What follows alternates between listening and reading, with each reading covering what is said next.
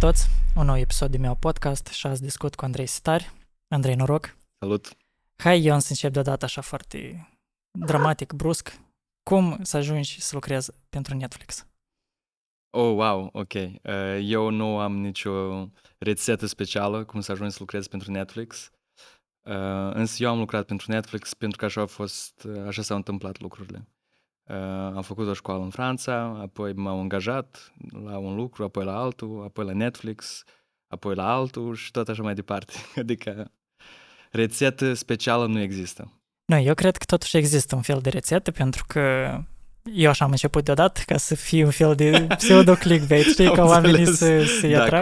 Cum să lucrezi pentru Netflix. Dar cine nu lucrează pentru Netflix? Asta e întrebarea. Cine nu lucrează? Da, exact. Eu nu lucrez încă. Tu încă nu lucrezi. Dar companii foarte mari au foarte mulți angajați la toate nivelele. Mai specific cum să lucrezi pentru Netflix în animație, pentru filme de animație. Ok, acolo poate poți dau răspunsuri mai concrete. Hai că am și ajungem în partea aceea. În momentul în care eu te-am invitat la Meau, mi-a fost foarte curios să deșgheocule cu țică parcursul tău, pentru că tu ești creator de personaje animate. Corect. Tu ai colaborat cu Netflix și alte entități. Care, da, cu mai multe entități. Dar ceea ce mi-a stârnit mie curiozitate e faptul că tu foarte conștient te-ai dus la o școală în Franța să înveți asta, ca tu din asta să-ți construiești mai departe viitorul în profesia asta. Exact. Așa că tu zici că tu n-ai o formulă exactă. Mi-e pare că tu erai destul de conștient cum merge. Mai scurt, hai să facem un step back. Haide. Cum ai decis și de ce ai decis să faci animații și de ce anume în Franța? Răspunsul e destul de simplu, pentru că în Franța industria animației e foarte dezvoltată. E a treia industrie în termeni de numere, de cifre din lume, după primul Statele Unite și apoi Japonia. Numărul 2, o evidență e că au cea mai bună școală de animație din lume și după o perioadă așa mai complicată din viața mea am decis că vreau să fac cel mai bune lucruri în viața asta. Și am spus că dacă fac o școală, vreau să fac pe cea mai bună, n-am eu timp să pierd pentru resturi. Și m-am pregătit 2 ani jumate. Mă culcam și mă trezeam cu gândul la școala asta și am reușit. Pregăteai fiind aici? Fiind în Moldova, singur, da. Am un mic avantaj, părinții sunt din artă, dar să știți că nu m-au impus sau nu mi-au spus ei, nu mi-au șoptit că trebuie să fac asta. Din contra, tata îmi spunea că nu doream ca tu să ne iei calea în artă. Dar așa s-a primit. Și evident aveam niște avantaje, cum ar fi accesul la unele săli de la Academie de Arte, unde am putut să desenez model și apoi să mai organizez sesiuni de model cu prietenii în weekend. Asta era foarte important pentru mine. Și apoi, evident, sfaturi. Când aveam ceva de arătat, mă consultam cu tata, cu mama, îmi dădeau sfaturi, dar iarăși nu era din inițiativa proprie. Tu ai plecat cu ideea să revii în Moldova sau tu știi că în momentul în care tu, după ce depui atât efort și te ajungi la această școală și îți începi cariera cumva în direcția asta, vrei să rămâi acolo ori să revii acasă? Eu nu am plecat cu gândul că o să plec sau să revin sau o să-mi construiesc viața acolo. Eu am plecat cu gândul să fac școală și eram foarte pasionat și sunt pasionat de profesia mea. Acum tu intri în subiecte mai profunde de apartenență, de unde vreau eu mai departe.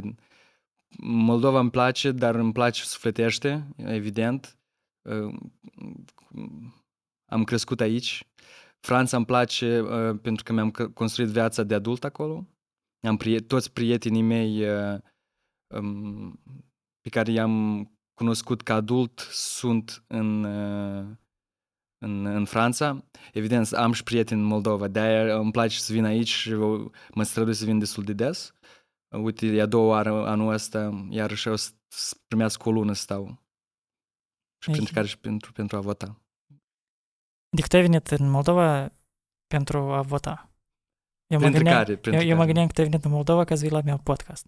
Și asta tot. Apropo, eu m-am gândit, adică mi-am spus, băi, să primească că o să reușesc în același timp și poate că Vlaicu ați vrea să facem podcastul ăsta. Minunat, eu mă bucur tare mult că meu a fost un fel de pilon care te-a convins să mai vii odată acasă. Printre care, da, printre mai multe motive, da.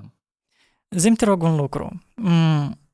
Ideea asta de a fi creator de personaje, eu vreau un pic să pătrund în ce se întâmplă în capul tău, pentru că domeniul este foarte bine. Poate acum pentru Republica Moldova o leacă e mai cunoscut, pentru că au mai apărut Școala Viitorului și tot așa, adică sunt niște cursuri, lecții un pic mai în domeniu, dar 10 ani în urmă ele nu erau, sau cel puțin eu n-auzeam de ele.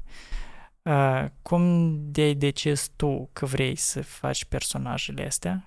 Și după asta vreau să intrăm cum are loc procesul ăsta, cum tu lucrezi, cum arată o zata de lucru. Mai scurt, poate noi reușim așa să convingem sau să stârnim curiozitatea altor. Păi, a fost pe etape.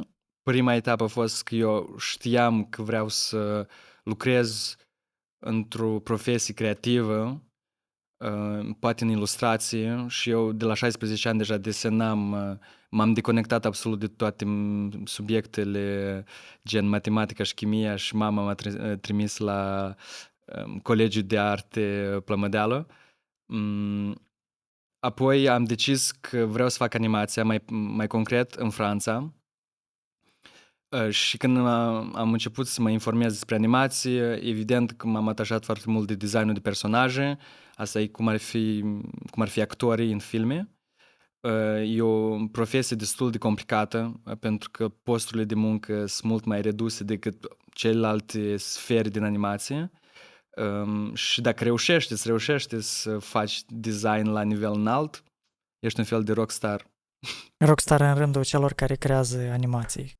Da, adică character designerii sunt foarte cunoscuți în domeniul nostru. Adică dacă ai un nume care să răsune, pe lângă regizori, sunt designeri de personaje. Cum creezi un personaj? Depinde dacă îl creezi pentru mine, dacă îl creezi pentru un film de animație, pentru o carte ilustrată. Nu e același proces teoretic. În teorie e același proces. Hai să desfacem alea teoria asta. Hai să-ți spun cum eu mă gândesc că aș crea un personaj, eu neavând cam nicio treabă. Hai să spunem că tu creezi personajul mascota pentru podcast. Noi avem personajul mascotă, îl cheamă Oleg. Vrei să-l animezi, vrei să faci un spot animat. Cel puțin eu încă nu știu ce fel de temperament are Oleg. Wow. Numi deja are. Numi super. Deja faptul că tu vorbești de intenții, cine personajul, e foarte bine. Ok. Bine, hai să luăm doar pe Oleg ca și study case. Haide. Eu teoretic ar trebui să-l includ pe Oleg într-un fel de tipologie, tipaj, da? Ce fel de mâță este Oleg? Este o mâță, este o mâță curajoasă sau e fricoasă, este o mâță ambițioasă sau, nu știu, poate ea nu vrea să fie mâță, dar vrea să fie căluț. Și el, 2024, da. Da, și hero journey-ul lui este, la un moment dat, el să ajungă să fie căluț sau să se simte căluț, cel puțin. Așa, după asta, eu teoretic, dacă eu n-aș ști că Oleg este mâță, ar trebui să-i creez o formă. Pornesc de la ce? Triunghi, cerc, pătrat? Probabil ar trebui să devii tu character designer. Tu ai nimerit-o, printre altele, ai nimerit exact ceea ce trebuie. Forma e unul dintre principiile de bază a unui design bun, formele. Intenția, care tu spune, exemplu, cine-i personajul, asta e intenția personajului. Eu, de obicei, nu mă ocup cu intențiile, doar dacă creez pentru mine personajul. Însă, dacă o să-l fac la un proiect concret, indiferent de mediu, intenția deja o să existe. Cineva a scris acest personaj, adică cineva l-a dezvoltat. brief-ul cumva. Exact. Brief, ok. Exact. Eu știu cine-i personajul, știu contextul poveștii plus minus și deci, bazându-mă pe informația asta, o să încerc să-l dezvolt, să-i dau oarecare față, un vizual. Și forma, cum ai spus tu, e una dintre aceste principii. Apoi mai sunt proporțiile. Apoi mai este... Proporție gen cât e de mare capul. Da, de exemplu, tu ai un pătrat, da? Și un cerc. Cât e de mare pătratul, cât e de mare cercul. Cum le combini? mai adaugi un dreptunghi, apoi rafinezi aceste forme, adaugi detalii, etape pe etape. Evident că la un moment dat tu deja nu mai raționalizezi toate chestiile astea atât de mult, vine cu experiența, evident, și tu ajungi deja să analizezi la nivele mai profunde design-ul. Eu mai am mult de învățat, evident, dar eu simt că deja sunt pe calea unde nu mă mai gândesc, nu mai împiedic de anumite etape de astea foarte începătoare, cum ar fi, ce formă la personaj va fi. Eu mă gândesc o leacă mai departe. Adică tu cumva deja, în momentul în care tu citești brieful sau descrierea acestui personaj, tu cumva deja îți creezi niște imagini despre cam ce ar fi, cam cum ar fi. Deseori, nu tot timpul, câteodată trebuie să te chinui, câteodată trebuie să ai încredere în proces, știi, să măzgălești, să rozi foaia aia, cu toate că e pe computer și te strădui și rupi și întorci și modelezi și ceva a apărut. Și te apuci de aia și te ții. Și te dezvolți. Cât de des în brieful ăsta întâlnești așa poate la final sau poate undeva la început fraza vrem un personaj original? Da, deseori. De fiecare originalitatea nu știu cum am putea să o definim, pentru că s-a creat atât de multe și am avut un profesor care spunea că în lumea asta totul deja a fost creat, dar creat de tine încă n-a fost. Așa că nu trebuie să... Mulți artiști începători foarte mult se axează pe care e stilul meu. Să original, propun eu ceva nou, dar nu te concentra pe asta. Concentrează-te. Câteodată e mai important să fii perseverent, disciplinat, decât să fii inspirat și să ai un fel de muză artistică. Pofta vine mâncând deseori, în orice caz la mine, eu asta am descoperit. Adică tu nu ești genul cela de artist care, dacă n-ai inspirație, tu pur și simplu te pui și aștepți așa ca un gânditor pe malul râului? Câteodată da. Câteodată e foarte important să nu faci nimic. Apropo, asta nu se aplică doar la artiști. Câteodată, într-adevăr, ai niște blocaje mentale și e important să te oprești. Da, cumva nu să te oprești, dacă să te relaxezi, adică să lași o lecuță să circule prin tine gândurile. Corect. Și o plimbare și să schimbi activitatea, tot poate să ajute. Dar deja 6 ani, fiind mai mult de 6 ani, deja sunt profesionist. Asta așa e metodă care rare ori trebuie să o folosești. Mai eficient e să pur și simplu să te strădui și să continui lucru, pentru că la un moment dat te deblochezi. Inevitabil. Adică asta e așa, e un fel de etapă care tu, dacă depui un pic mai mult efort, tu o depășești și deja lucrurile vin... Vin de la sine. Hai un pic ușor să revenim la partea cu Netflix-ul. De ce eu insist pe Netflix? Pentru că Netflix-ul e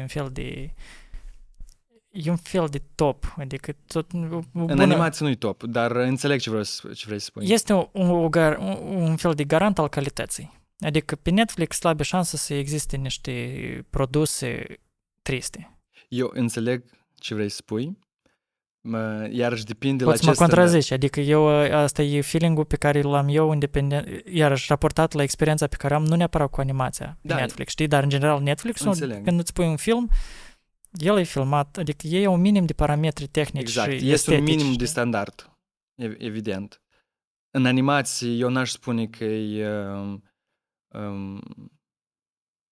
studioul care e în față, dar acum rare ori aș spune că sunt multe studiouri care sunt în față. Acum e o competiție destul de mare, sunt multe școli de animație, sunt mulți profesioniști deja care sunt la nivel foarte înalt. Pe timpuri erau mai concentrați la anumite studiouri, gen Disney, și ei scoteau niște produse și toți erau wow, extraordinar, și alte studiouri nu reușeau să atingă calitatea asta. Acum nu mai e cazul. Acum profesioniștii s-au repartizat destul de cam pe la toate studiourile și multe studiouri fac calitate foarte bună. Acum Netflix-ul, de exemplu, multe produse care ajung la Netflix îți doar un fel de distribuție. Același Arcane, care e foarte cunoscut, da?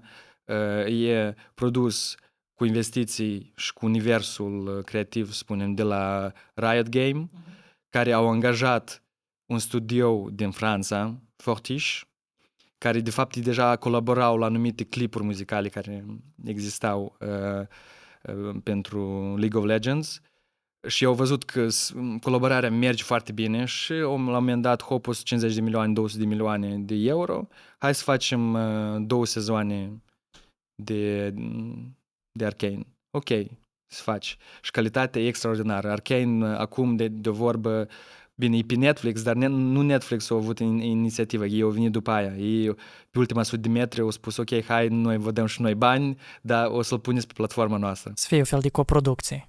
Da, plus minus, da. Și da, poate mă contrazic pentru că spun că Arcane, într-adevăr, e topul acum, unul dintre topuri, nivel de calitate, chiar și poveste, și animație, design, tot ce ține de filmul animat. Și pe Netflix.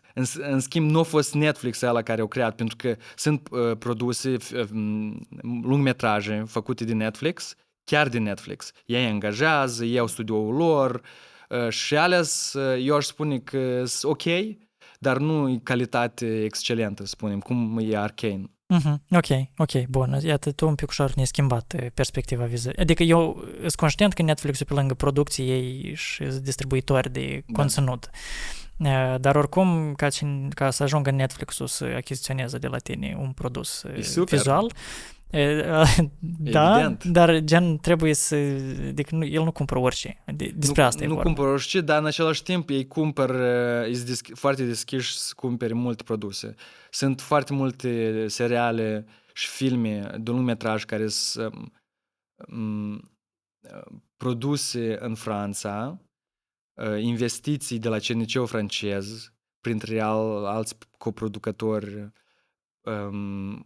care ajung după aia pe marile ecrane, apoi pe micile ecrane la diferiți distribuitori francezi și apoi la Netflix. Adică, iarăși, Netflix-ul e foarte mare, da? Și sunt diferite nivele de cum un produs ajunge pe Netflix. Fie că prin inițiativă proprie, prin ultimul moment, cum ar fi Arcane, prin, haide, pur și simplu să cumpărăm produsele care deja de 2 ani pe piață, fie că deja sunt filme de 20 de ani care eu o să-l adauge în biblioteca lor.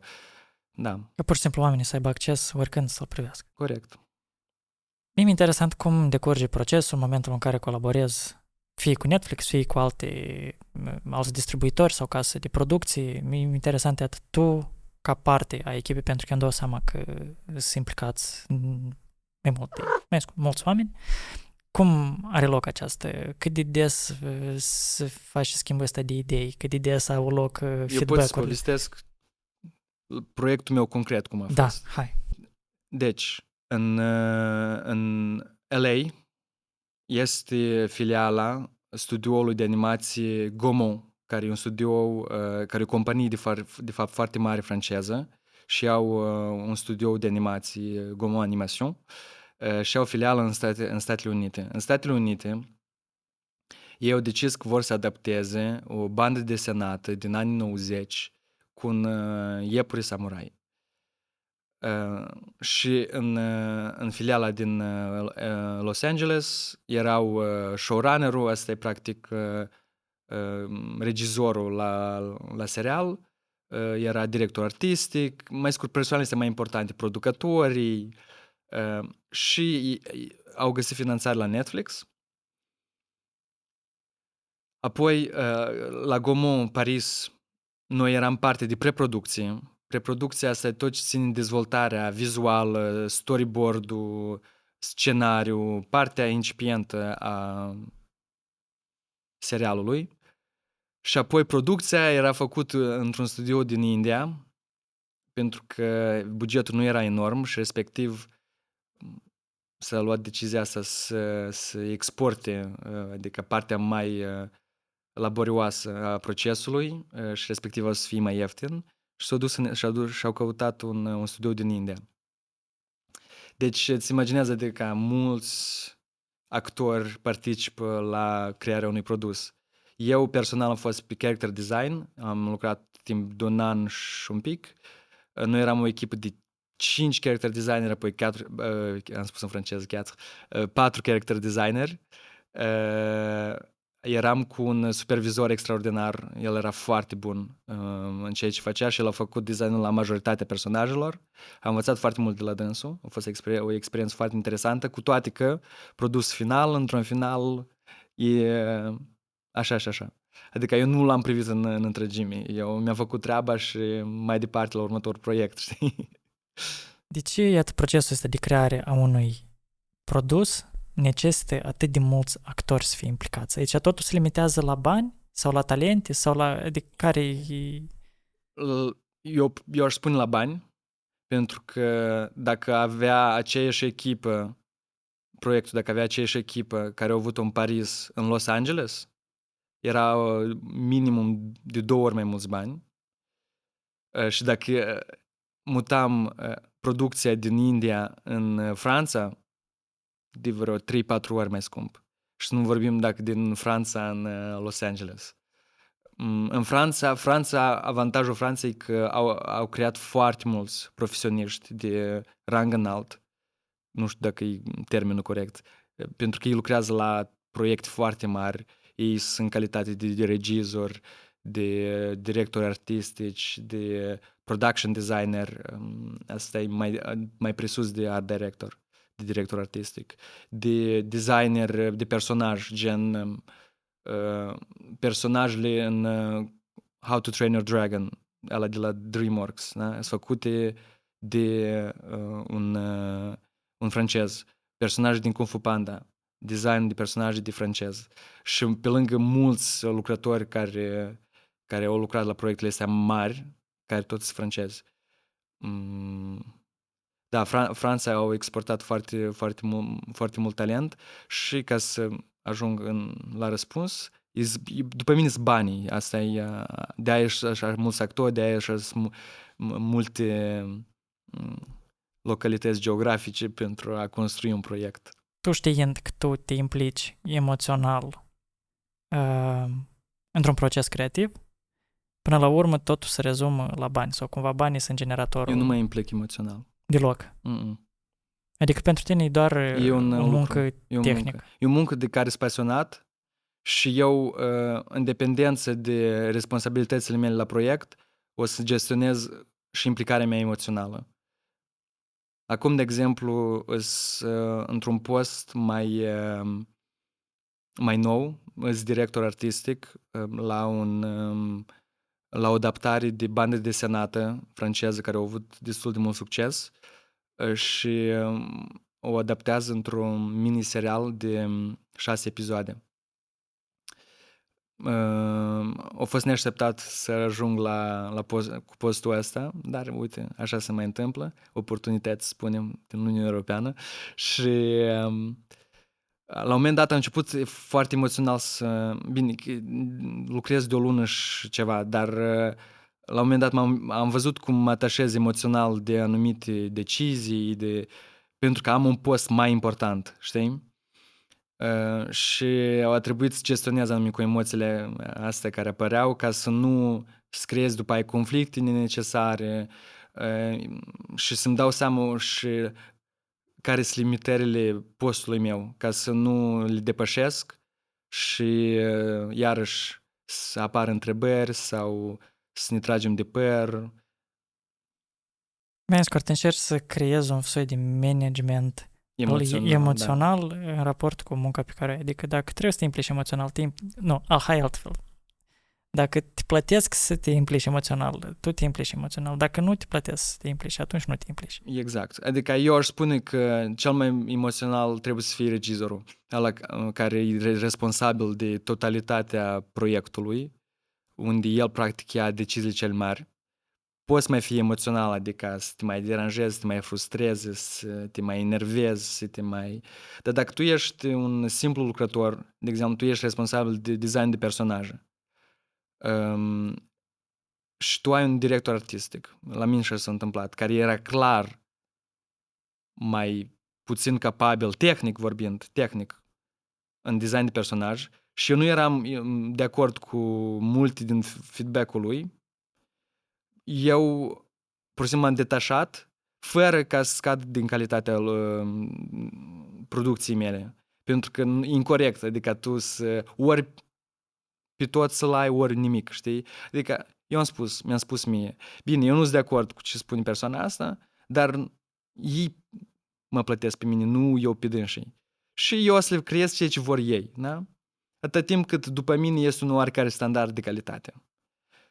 Și, într-un final, gândul cu care eu mă liniștesc e că totul e temporar. Eu nu s-am angajat pe 20 de ani, proiectul ăsta o să dureze, a durat probabil 6 luni, după 6 luni, următor proiect, nicio problemă. La noi e des, noi suntem un fel de mercenari în animație din Franța în special. Pe noi ne angajează pe proiecte, desori tu ești desori independent, ceea ce vine cu avantaje și dezavantaje. Și cam asta, adică, da, emoțiile, cu toate că ești pasionat, n-ar trebui să fie un factor. Am înțeles. Iată, tu practic ai intuit următoarea mea întrebare sau următorul subiect. Care e, din punctul tău de vedere sau în cazul tău, care este punctul maxim al carierei în care vrei tu să ajungi? Interesantă întrebare. Punctul maxim. Uite, eu doream să fiu director artistic. Mi-am scris undeva în jurnal.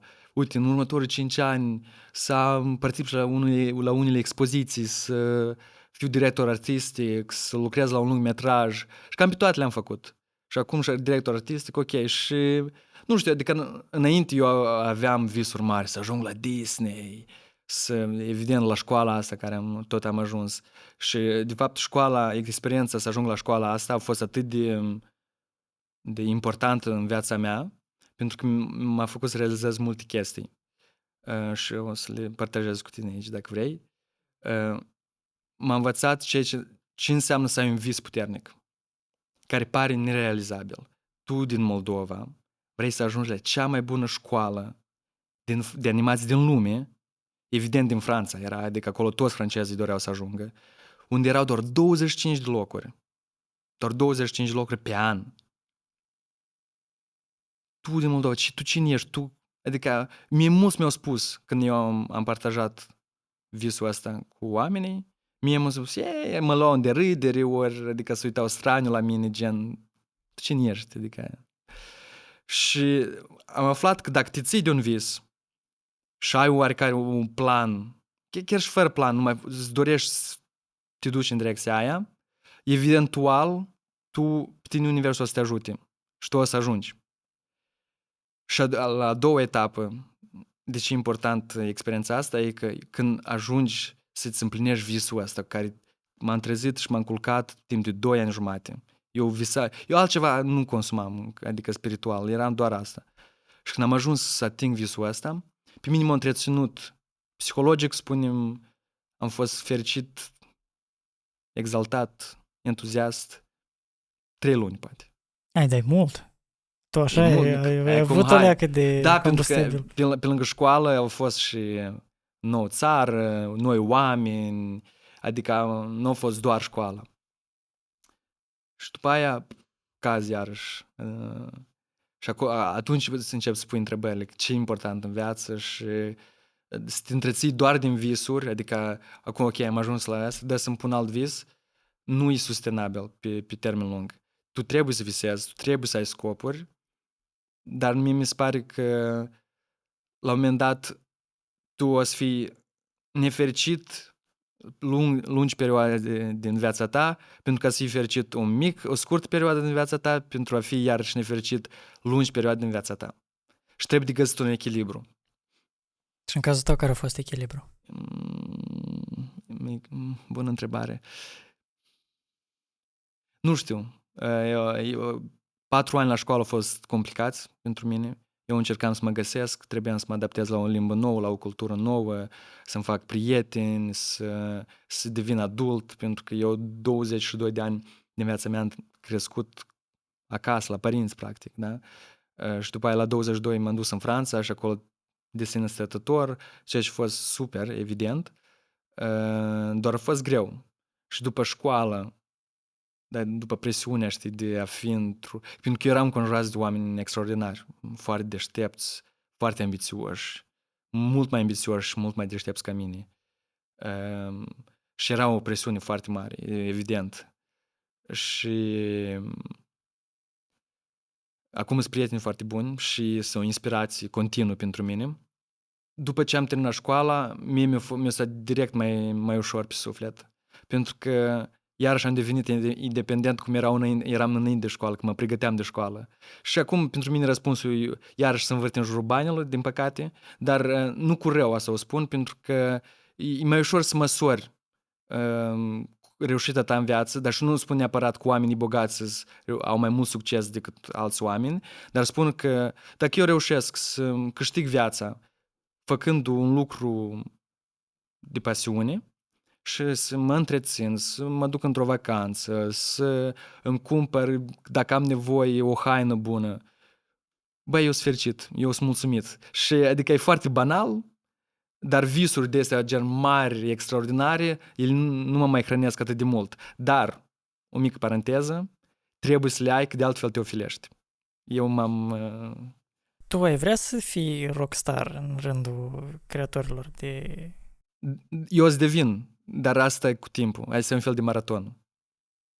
Și termen ți-ai dat? Fără termen. Eu știu că acum eu am un ritm destul de susținut. Eu iarăși probabil folosesc termen francez și îl traduc în română. Bine, un ritm destul de, spunem, nu rapid, dar consistent.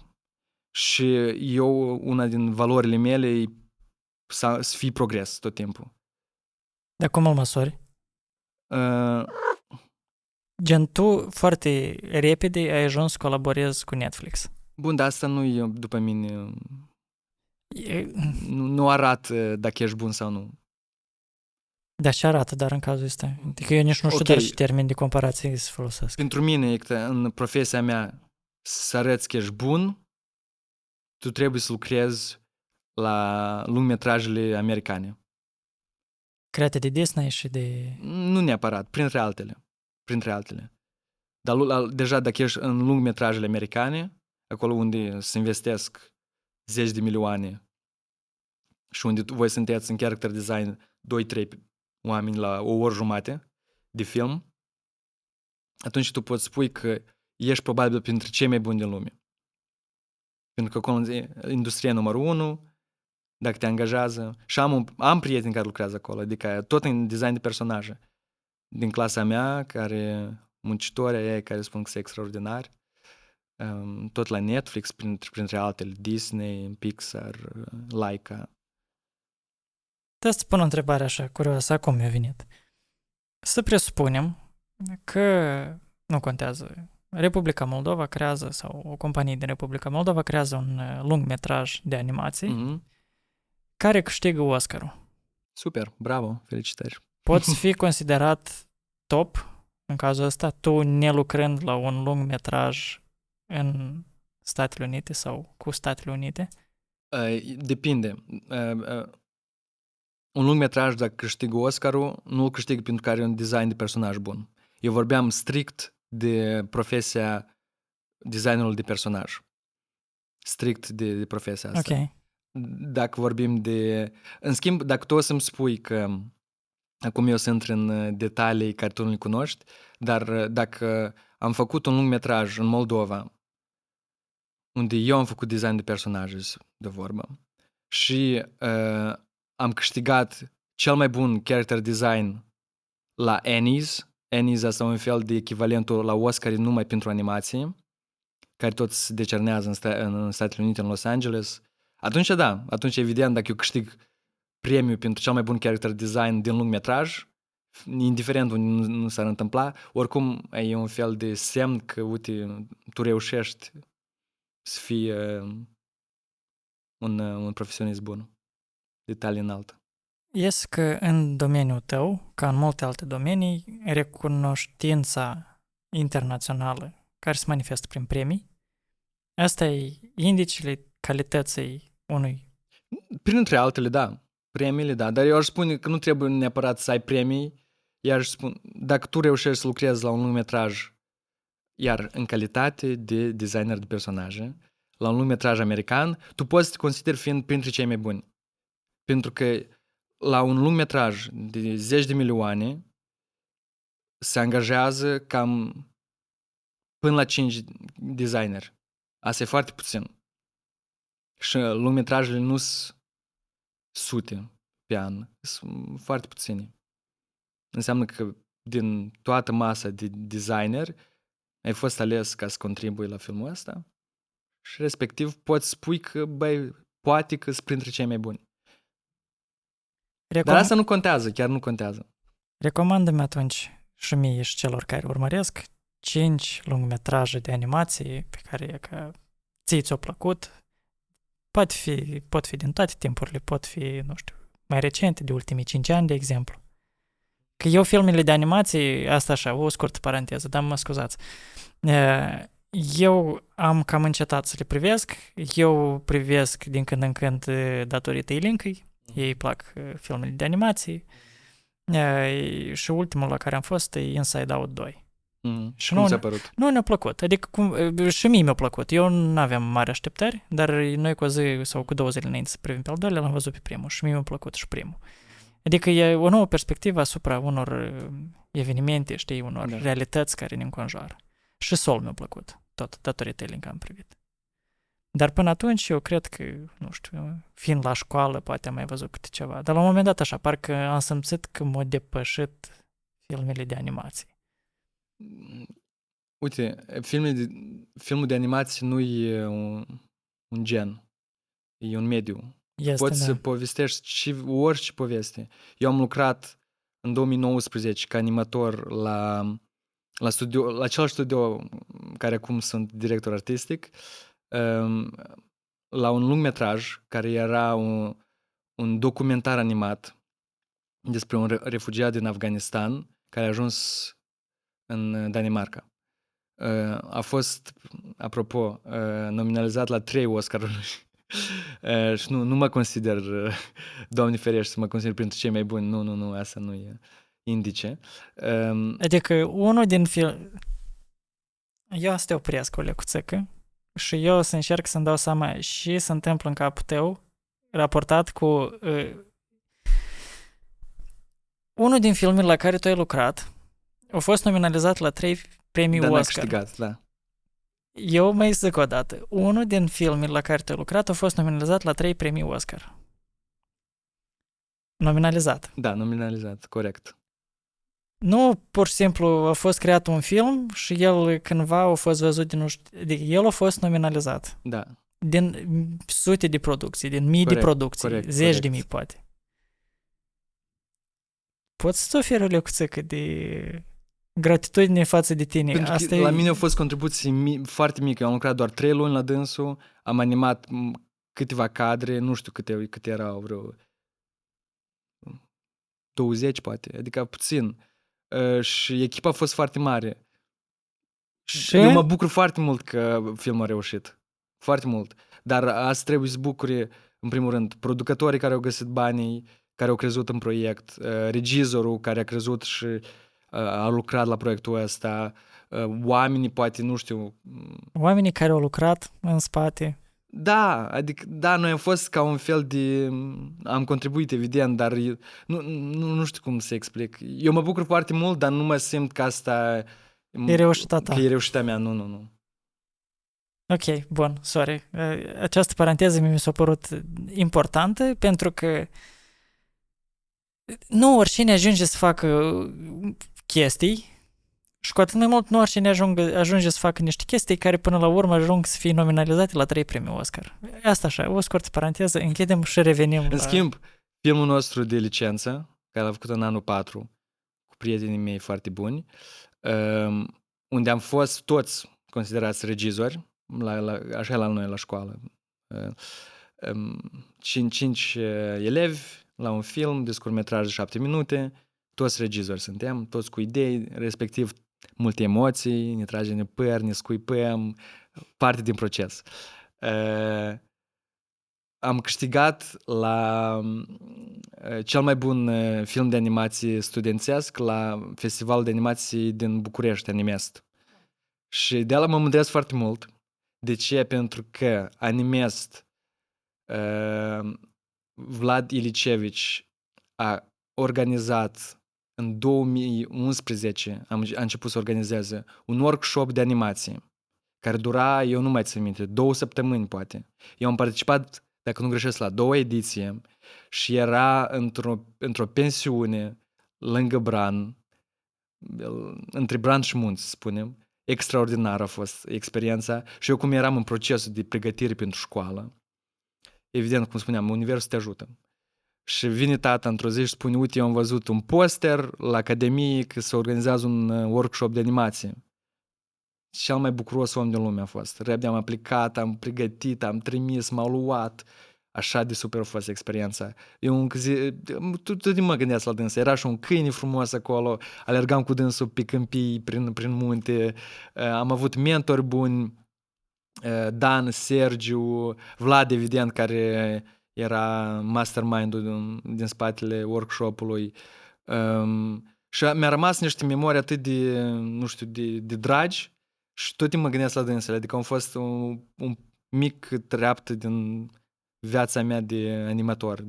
Și când am ajuns la Animest, bine, eu de multe ori am fost la festival, dar după o perioadă de 4 ani când n-am fost, când eram la școală, am ajuns cu filmul meu și evident că nu a fost, n-am fost ales pentru că mă cunoșteau, pentru că era un juriu internațional, pentru care Robert Valley, care e un artist de talie înaltă, adică el e foarte puternic, și un coleg de-a meu, el era deja în Statele Unite, tot care a lucrat la filmul ăsta de scurtmetraj. Și el era deja în studioul Laika, el e foarte mare în animații cu păpuși. Și lucra la un proiect unde Robert Valley a făcut practic vizualul. Și el, prietenul ăsta meu, trebuie să adapteze la vizualul lui Robert Valley. Și eu stau așezat, Robert Valley lângă mine, și eu zic să mă bag cu dânsul în seamă și nici nu știam că el e în juriu. După aia am aflat. Și îi spun, uite, Thibaut e la Laika și el lucrează cu stilul tău. Și el așa de tare, nu știu, pare s-o de blocat, știi? Că nu sunt străin într-un fel. Și am stat un pic de vorbă și după aia, ori în ziua aceea, ori câteva zile mai târziu, filmul meu a câștigat și el îmi mânează premiul și el, de fapt, a aflat că asta e filmul meu, nu știa. Și da, a fost, de premiul ăla mă bucur foarte mult. Pentru că eu știu că din sufletul meu. Pentru că acolo ați fost 5 regizori. Da, am fost 5 regizori. Noi am construit o machetă în care noi am construit un fel de decor în care am filmat. Și după aia am animat, că sunt niște maimuțe, am animat peste filmarea aia. Și eu împreună cu Simon, un coleg de meu, am stat în subterana școlii, într-o sală și mai scurt, probabil am pierdut vreo 5 ani din viață, pentru că noi foloseam spuma aia, știi, de construcție, ca niște copchii, nici mască, nici nimic. Puneam și lăsam sus și după aia tăiam ca să construim, că era un decor de munți, știi? Și eu știu că trebuie să fiu mândru de proiectul ăsta pentru că am dat și din sănătate probabil și din emoții și din suflet. Dar Oscarul iarăși, super, mă bucur să ajung eu să regizez un film care o să fie nominalizat la Oscar, atunci o să fie alt treabă. Atunci o să vin și o să spun cine-i bossul amuia și ce să-mi spuneți. Tu ești omul ăsta cu ori la bal, ori la spital, da? Ori e tău, ori nu e tău. Decât ori să fii regizor și să fie filmul tău și atunci în sfârșit să te bucuri de la ori... Eu mă bucur, dar eu iarăși, pentru mine bucurie de asta foarte liniștit. Cât nu ți-a dat bani pentru că e câștigat, apoi te bucuri liniștit? Nu, ei m-au plătit bine, eu mă bucur că am fost parte din proiectul ăsta. Probabil pentru mine contează mai mult iarăși cât de mult m-am implicat în proiect. La proiectul de la Netflix eu am fost singurul pe lângă supervisorul meu de character design. Am fost singurul designer care a avut un design care a apărut pe ecran. Mai multe designe au fost, de fapt, de ale mele. Și asta pot să mă mândresc, evident, cu toate că produs final nu mă încântă atât de mult. Dar bine, asta nu-i treaba mea să judec, pentru că Netflix a avut bugetul și ei deja au gestionat cum au crezut ei de cuviință. Eu mă bucur numai că m-am implicat și am avut oportunitatea să fac designul ăsta și mă bucur că au avut încredere în mine, știi? De asta pot să mă bucur, mai mult probabil decât de Oscar-uri, știi? De la un film care doar am animat niște personaje și gata. Auziți, băieți și fete, dar doar au animat niște personaje. Abțin, îmi spui 5 filme de animație recomandă? 5 filme. Dacă mainstream, vorbim de mainstream. Oricare. Arcane, 100%. El într-adevăr, vorbește la o audiență mult mai largă, nu-i pentru copii. Evident nu-i pentru copii, pentru că acolo e și sânge și înjurături și mai multe se întâmplă. Dar din punct de vedere artistic e extraordinar, animații extraordinar, cum sunt animate personajele, știi? Jocul de actor.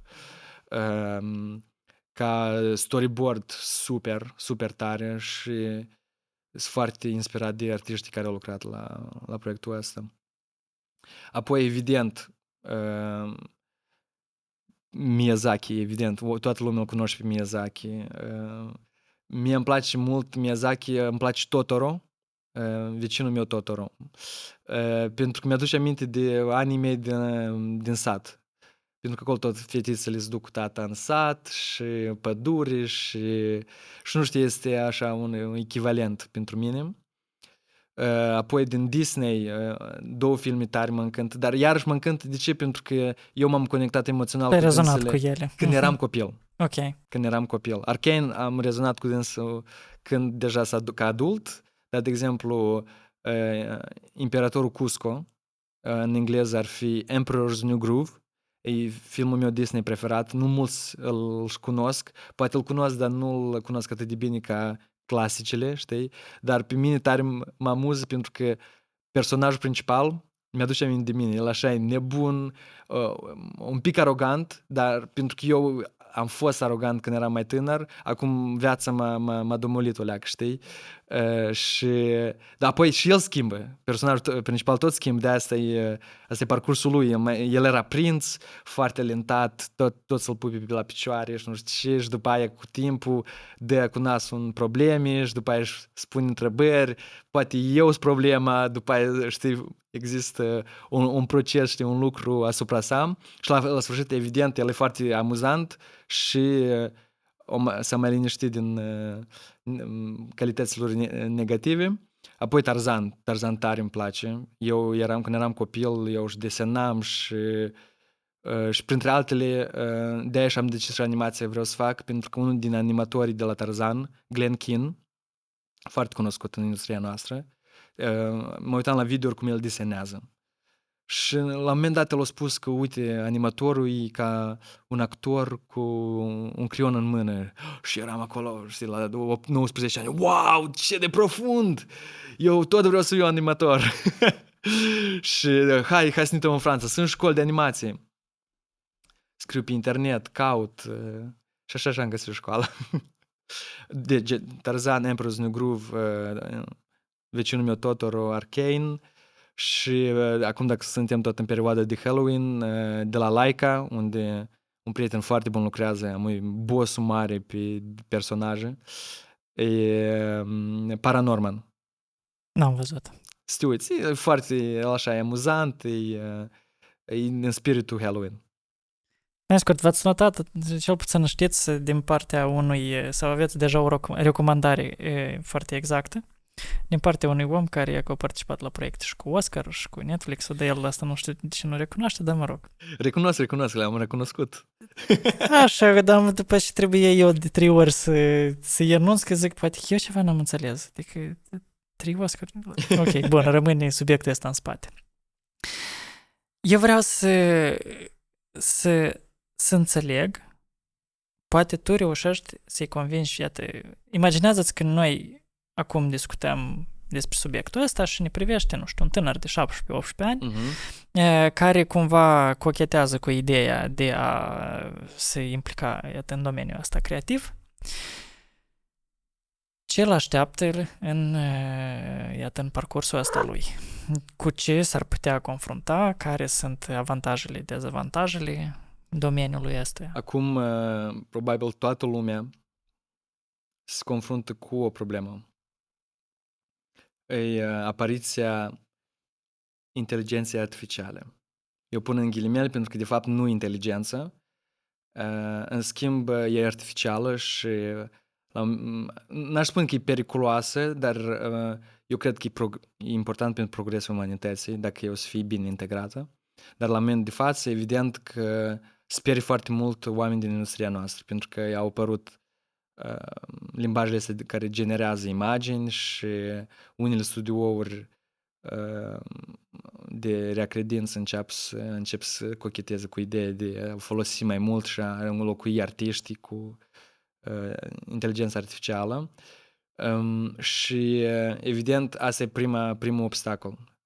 Să spui ție însuți dacă tu ești gata să intri pe scenă știind că este posibil un pericol unde o bună parte din joburi să dispară. Eu spun că posibil pentru că eu nu sunt convins că asta o să se întâmple. Eu, de fapt, am impresia că e doar o sperietoare, dar bine, e bine să spui tânărului că, uite, o să auzi de obstacolul ăsta. Dar dacă tu auzi de obstacol și spui, ok, eu oricum vreau, al doilea obstacol, concurența, competiția. În ultima vreme, foarte multe școli de animație au apărut. Foarte multe. Pentru că sunt multe proiecte de animație, era mult întrebat, dar după pandemie, când serviciile de streaming foarte mult au crescut și respectiv angajau foarte mult lume, să dezvolte multe proiecte, după pandemie s-a calmat și i-au pierdut mulți bani și multe proiecte s-au încetat și acum e un pic mai greu pe piață. Eu nu știu cum o să fie în viitor, sper că o să se ajusteze, dar mulți studenți termină școlile și lor tare le greu să găsească joburi. Și asta nu pentru un moldovean, asta e pentru un francez care a terminat cea mai bună școală de animație din lume. Nu vorbesc de mine, mulțumită Domnului, eu am găsit de lucru, că continui să găsesc de lucru, totul e ok, dar studenți ca, de exemplu, anii precedente, un an în urmă sau anul ăsta, lor le e greu. Pentru că ei, de fapt, intră pe piață și trebuie să intră în competiție cu persoane, de exemplu, ca mine, care are 7 ani de experiență mai mult ca ei. Sau eu trebuie să fiu în competiție cu unul care are 30 de ani de experiență. Bun, iar și noi nu o să fim în competiție la aceleași joburi. Sunt foarte multe joburi diferite nivele, ierarhii diferite. Dar pentru a rezuma, nu trebuie să mă ascultați pe mine. Dacă vreți să faceți animații, în primul rând trebuie să fiți pasionați. Oricine, dacă vă spune cineva pe stradă, da, ce faci tu animații? Și tu te superi și te gândești că trebuie să încetezi, poate ar trebui să încetezi. Pentru că nimeni n-ar trebui să-ți dicteze ție încotro te duci. Și dacă vreți să faceți animații sau artă, voi trebuie cu toată încrederea să vă duceți. Nu cu semi-măsuri, eu nu știu, iarăși traduc din franceză. Adică ori 100%, ori faceți altceva. Pentru că cu 100% voi să ajungeți, o să reușiți. Cu 80% probabil o să aveți joburi de astea nesatisfăcătoare și probabil nu o să câștigați atât de bine viața voastră. Eu nu știu dacă e foarte inspirant ce a fost ceea ce am spus, dar... Tu ai zis ce și ai considerat tu că trebuie da, să zici. e important, realitatea. Realitatea e importantă. Dar, dacă o să ajungeți, viața să fie frumoasă. Pe tine viața e frumoasă? Da. Cum se caracterizează frumusețea vieții tale? Prin ce Am este o frumos? libertate mai mare decât oamenii care lucrează în birouri. Eu, dacă mâine nu vreau să accept un proiect, știu că eu gestionez bine finanțele mele, eu o lună n-as lucrez. Eu o să mă duc unde vreau, vin în Moldova să votez. De exemplu. De exemplu. Eu mă duc gen cu un prieten, mi-a spus, băi, hai în Corsica. El are, sora lui trăiește acolo, are eu numesc vilă, dar de fapt de casa lor, care e în munți. și e destul de spațioasă. Și hai acolo să ne ducem 2-3 săptămâni și să lucrăm. Și zic, haide, într-o fel reședință artistică. Și de la 2 s-au făcut 3, de la 3 4 și nu sunt 4 prieteni. Și evident, eu trebuia să lucrez, dar 2 acolo erau în vacanță. Și cum să te concentrez, eu nu știu. Bun, într-un final am reușit să lucrez și era semi-vacanță, semi-reședință artistică, dar eu îmi permit să fac lucrul ăsta. Dar mulți oameni nu își permit, adică ei trebuie să fie la ora 9 până la ora 5 la lucru, 5 zile pe săptămână, practic tot anul. Numărul 2, aș spune de ce viața mea e frumoasă, pentru că eu financiar, iarăși, eu nu sunt atât de axat pe bani, dar eu realizez cât e de important să ai oarecare siguranță financiară și stabilitate financiară pentru a putea lua decizii, știi, neconvenționale de viață. Mâine mă duc la dansuri, de vorbă, da? Sau fac un lucru care de obicei n-aș face. Și eu aș spune că am stabilitate financiară. Nu sunt bogat, dar la sigur nu sărac. Adică eu reușesc să... Spunem că eu economisesc pe lucrurile inutile, eu n-am abonament la Netflix, de vorbă. Da, eu am. Bravo. N-am, de fapt, nici abonament la Spotify. Eu mă uit pe YouTube mult. Tu nici internet în Moldova n-ai la telefon. Nu, n-am. O trebuie să mă întâlnești pe stradă. Da, trebuie să ies și să aștept. Da. Adică eu, pe lucruri care nu sunt importante pentru mine, nici nu investesc bani. Dar când îți trebuia să călătoresc, eu știu că eu bani o să am, de vorbă. Da? Când îți trebuiască să achiziționez un lucru important, de exemplu? Important. De exemplu, să-mi upgradez unealta mea de muncă, să fie computerul sau tableta grafică. Eu știu că eu am banii ăștia, că mâine dacă stric, eu pot să-mi schimb. Eu nu cumpăr deseori haine, dar îmi place să-mi cumpăr haine de calitate și un pic stelate. Da? Și eu știu că banii ăștia îmi permit. Dar iarăși, trebuie rațional, trebuie atent. Life-work balance. Da, corect. Și lucrul numărul 3 de ce viața mea e fericită, pentru că eu petrec mult timp cu părinții, eu petrec mult timp cu prietenii, eu îmi permit iarăși să vin în Moldova, ceea ce tare mă bucură. Nu știu, până când, uite, pe lângă parantezele mari, cum ar fi schimbarea climatică, războiul din Ucraina, pentru că au fost invadați de ruși, eu o spun, pentru că am prieteni din Ucraina care spun, nu, asta nu e război din Ucraina. Bine. Acum China care se uită cochet la Taiwan, acum Coreea din Nord care face niște mișcări pe lângă soldații trimiși. Știi, adică stai și te gândești noaptea așa în pat, băi, viața mea parcă e ok, dar să nu devină, știi, mai rău. Dar asta e al doilea gând, spunem. Hai ultima întrebare pentru tine. Haide. Care este dilema cu care tu te confrunți și încă n-ai reușit să găsești soluții la ea? Asta e dilema de bază. Mă întorc în Moldova sau nu? Și răspunsul că nu l-am găsit. Și n-ai nici variante? Adică varianta e simplă.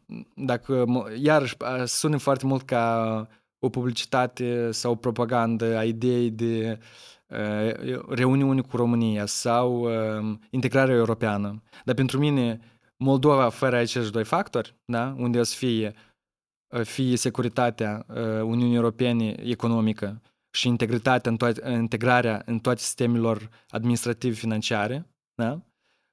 Și mai bine să fim apărați și discutul NATO. Pentru mine Moldova e prea șubredă ca să fie prea vulnerabil. Prea vulnerabil ca eu să spun cu tărie că da, eu mă întorc. Da? Acum eu cu picior în Franța, cu picior în Moldova, încerc, știi, să țin legătura cu prietenii de aici, dar să-mi găsesc proiecte în Franța. Adică până când eu nu știu, de-aia e dilemă, știi, asta e... Bună dilemă. Eu cred că mulți se confruntă cu această dilemă. Da. Andrei, mulțumesc tare mult pentru prezența la mea. Invitație. Eu pentru voi am să las în descriere toate link-urile utile, o să vedeți și portofoliul lui și Instagramul lui și dacă vreți vă abonați, nu e scurt. Dar noi ne vedem la episodul următor.